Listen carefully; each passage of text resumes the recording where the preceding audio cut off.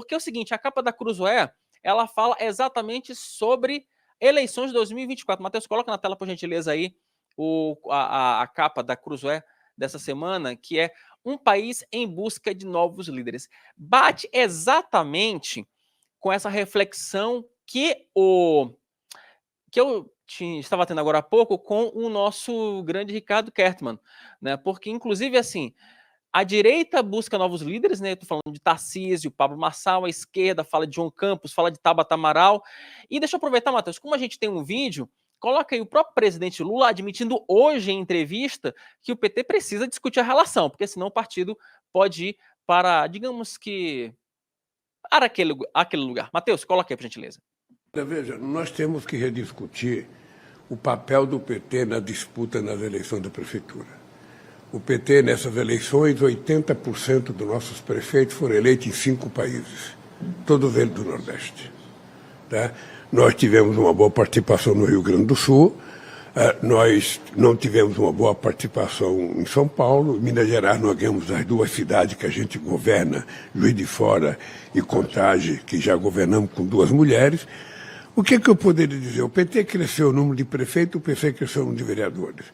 Mas o PT já governou São Paulo, o PT já governou Porto Alegre, o PT já governou outras capitais importantes, cidades que nós não governamos. Nós perdemos, por exemplo, São Bernardo, perdemos Santo André, estamos no segundo turno de Diadema em Mauá. O dado concreto é que o PT perdeu, inclusive, Araraquara, que era uma cidade que todo mundo tinha certeza que a gente ia ganhar. O Teresina, até uma semana das eleições, todo mundo dava como certo a eleição do candidato do PT, e não aconteceu. É coisa de eleição. Agora sim, com o Duda. Nesse ponto, Duda, eu concordo com o presidente da República. É coisa de eleição. Só que a eleição tem um detalhe aí que é importantíssimo. Você precisa olhar para o futuro. E essa capa da Cruzoé, ela mostra justamente isso. Que, por exemplo, o PT olha muito para o passado. E aí, meu amigo, você olhando para o passado, você esquece o futuro. Olhando muito para o retrovisor, você esquece o para-brisa. E aí, meu amigo, em política, isso pode ser mortal. Boa tarde para você. Exato. Boa tarde e super concordo com você. O PT e o Lula, né, só olham muito para o passado. Falta ali o sujeito que ia fazer a renovação do PT com olhar para o futuro era o Edinho Silva, prefeito de Araraquara, que não fez a sucessora, né? Então, o PT praticamente só fica olhando para o passado. O que é isso, né? O Lula fica ainda nessa coisa de anti-americanismo, anti-Israel, o sindicalismo. Você comentou agora com o Ricardo Kertmann essa dificuldade de ter uma política pensando aí nesses empreendedores, nesses brasileiros que vivem nas entregas, fazendo motorista, e o PT não consegue se atualizar, né? E aí isso tem um custo eleitoral.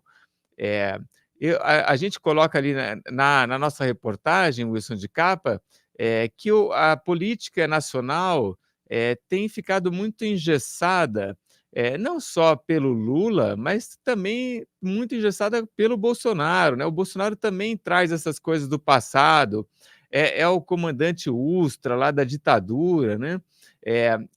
A liberalização econômica que foi prometida teve dificuldade de ir para frente no governo dele, porque também queria meter a mão na Petrobras, né? Também tinha uma visão meio estatizante, que aí entrava em contradição com o discurso do Paulo Guedes.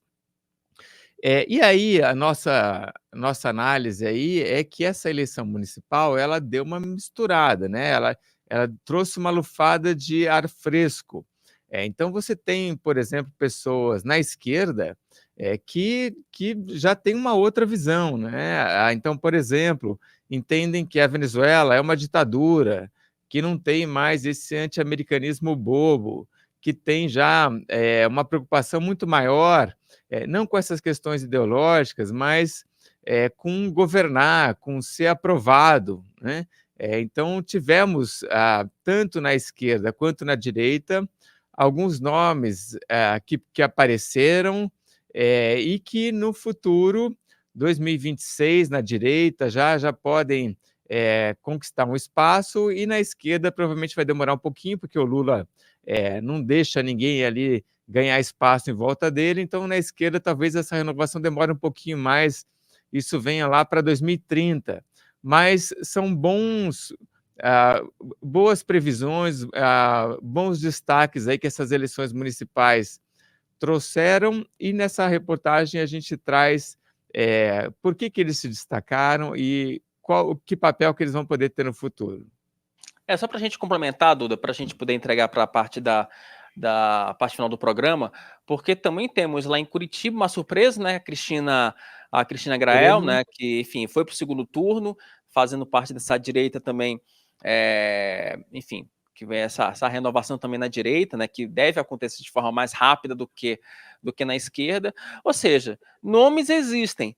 E, de fato, eles... Ontem, Duda, conversando com o João Campos, ele falou uma frase que eu acho que é uma frase que ilustra muito bem isso. O brasileiro parece que cansou um pouco da polarização. Ele quer gente que trabalhe.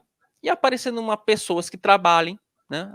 Aí, enfim, aparece o Tarcísio, o próprio João, enfim, aparecendo esses nomes de pessoas que trabalham, que colocam a mão na massa, parece que dá aí pelo menos um sopro de esperança para o brasileiro. Sim, e essa renovação também vai acontecer daqui a pouco, até por uma questão etária, né? Essas pessoas são mais novas, são jovens, e essa turma que está, aquela outra turma que está engessando a política nacional, uma hora realmente vai precisar, não vai ter opção, vai ter que dar espaço.